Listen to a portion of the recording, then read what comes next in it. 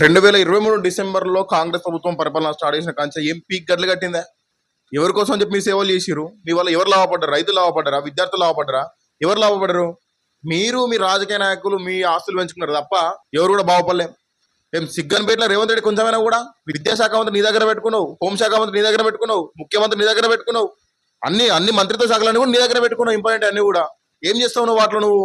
వాటితో నువ్వు చేసినటువంటి సేవలు ఏంది? ప్రజలకి విద్యార్థులు చేసిన సేవలు ఏంది? విద్యాశాఖ మంత్రిగా, హోంశాఖ మంత్రి, పోలీస్ డిపార్ట్మెంట్ ఏం చేస్తా ఉన్నది?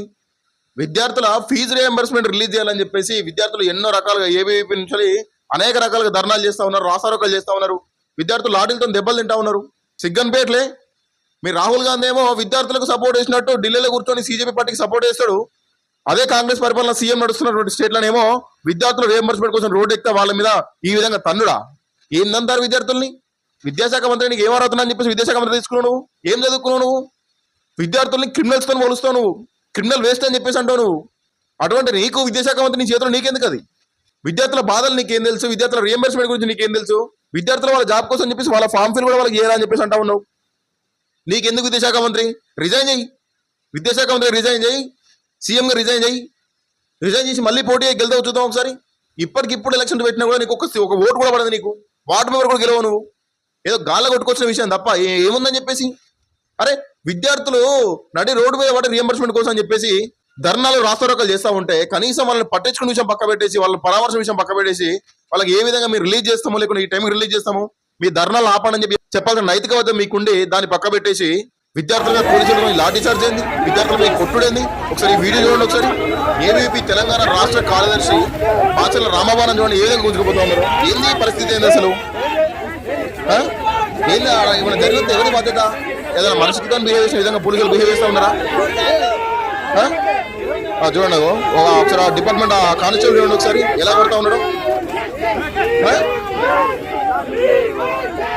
ఈ మనుషులు అనుకుంటా ఉన్నారా మీరు? నా జంతువులు అనుకుంటా ఉన్నారా? పశువులు అనుకుంటా ఉన్నారా?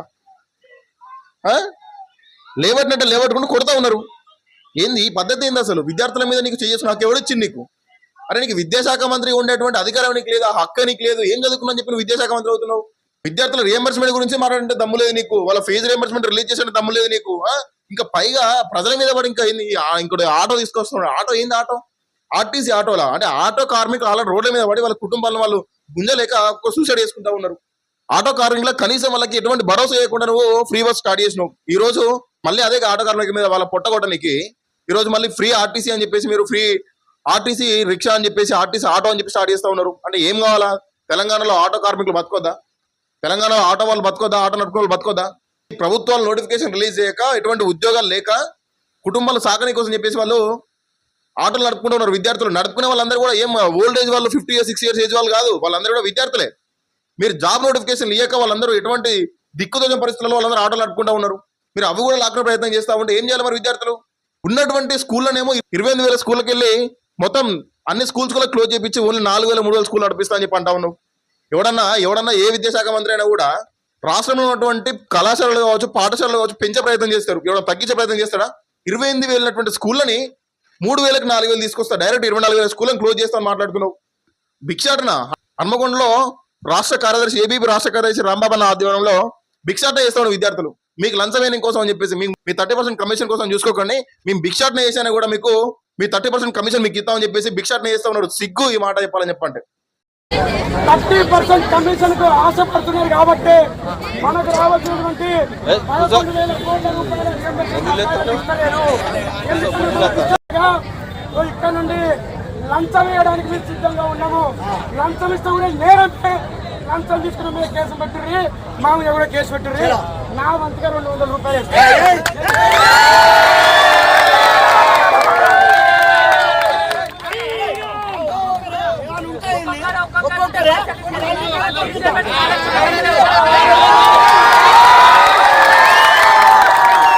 సిగ్గన్పేట రేవంత్ రెడ్డి కొంచెమైనా కూడా విద్యార్థుల మీద నీ జులుమైంది. ఎవరి భిక్షతో నువ్వు చేయమైనా ఈరోజు?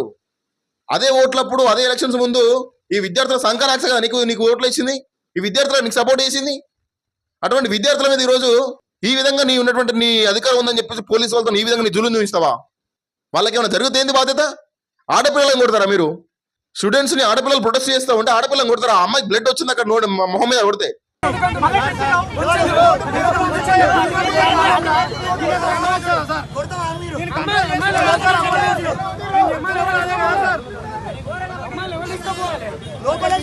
ఏంది నీ దౌర్జన్యం ఏంది? నిజాం పరిపాలన ఉన్నావా లేకుంటే బ్రిటిష్ పరిపాలన ఉన్నావా?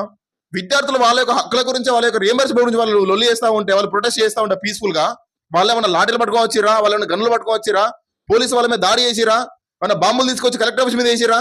వాళ్ళ రియంబర్స్మెంట్ గురించి వాళ్ళు లొల్లి చేస్తా ఉంటే వాళ్ళ మీద ఈ విధంగా ప్రవర్తిస్తే ఇది నీ పతనానికి నాంది పలుకుతుంది. రేవంత్ రెడ్డి గుర్తుపెట్టుకో, నువ్వు ఎప్పుడైతే విద్యార్థులను చేసుకుంటా ఉన్నావు, విద్యార్థుల యొక్క బ్లడ్ కళ్ళ చూస్తా ఉన్నావు ఈ రోజు నువ్వు. ఆ గుంజుడు ఏంది? ఆ పరిస్థితి ఏంది? విద్యార్థుల యొక్క చేతులు కాళ్ళు ఇరిగితే వాళ్ళ యొక్క పరిస్థితి ఏంది? వాళ్ళ జీవితం ఏం కావాలి? వాళ్ళు దేనికి అప్లై చేస్తారు జాబ్స్ కి?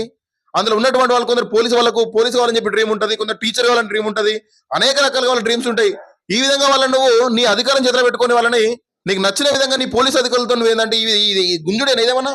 వాళ్ళ చేతులు కాళ్ళు ఇరిగితే వాళ్ళ పరిస్థితి ఏంది? వాళ్ళ తల్లిదండ్రుల పరిస్థితి ఏంది? వాళ్ళ ఓట్లతో కాదు నువ్వు గెలిచింది, అప్పుడే మర్చిపోయినావా? ఆల్రెడీ 3.5 సంవత్సరాల దగ్గర పడ్డది బిడ్డ, ఇంకొక 2 సంవత్సరాలు మాత్రమే ఉన్నది. ఆ 2 సంవత్సరాలు నువ్వు ఏం చేస్తావు అనే విషయం దాన్ని ఆధారపడి మాత్రమే నీకు నెక్స్ట్ ఎలక్షన్స్ మళ్ళీ ముందుకు వస్తుంది తప్ప ఇదే విధంగా ఈ 2 సంవత్సరాలు కంటిన్యూ చేస్తే కనీసం నిన్ను ఇంటి ముందు ఓట్లాడుకొని కూడా మీ కాంగ్రెస్ వాళ్ళు రానికి ముఖం ఉండదు చెప్తున్నా. ఇదే కేరళలో విద్యార్థులు వాళ్ళ యొక్క నీట్ ఎగ్జామ్ గురించి ప్రొటెస్ట్ చేస్తూ ఉంటే వాటర్ ట్యాంకులు తెప్పించి, ఫైర్ ఇంజన్లు తెప్పించి వాళ్ళతో నీటితో విద్యార్థులను ఆ యొక్క వాటర్ తో విద్యార్థుల్ని ఆ విధంగా హింస చేస్తారా? మళ్ళీ సిగ్గు లేకుండా మీరు రాహుల్ గాంధీ పోయి నరేంద్ర మోదీ గారు ఇంటి ముందు కూర్చొని ప్రొటెస్ట్ చేస్తూ ఉంటాడు విద్యార్థులకు న్యాయం చేయాలని చెప్పేసి. ఏం డబుల్ గేమ్స్ ఇవన్నీ కూడా? అంటే చూసే ప్రజలు పిచ్చోళ్ళ, విద్యార్థులు పిచ్చోళ్ళ? వీడియో చూడండి ఒకసారి. వీడియోలో ఎంత దారుణం అంతా కూడా. ఒక కానిస్టేబుల్ నేను పాయింట్ చేస్తా ఉన్నా చూడండి, చేయితోని ఆ నేలకేసి కొడుతూ ఉంటాను తలకాయని. అంటే ఆ విద్యార్థి ఏమనుకుంటారు మీరు? అసలు వాళ్ళు నేరస్తులా, వాళ్ళని దొంగల, వాళ్ళని టెర్రరిస్టులా, వాళ్ళు ఏమన్నా ఆ విధంగా ప్రవర్తించలేదు వాళ్ళ మీద?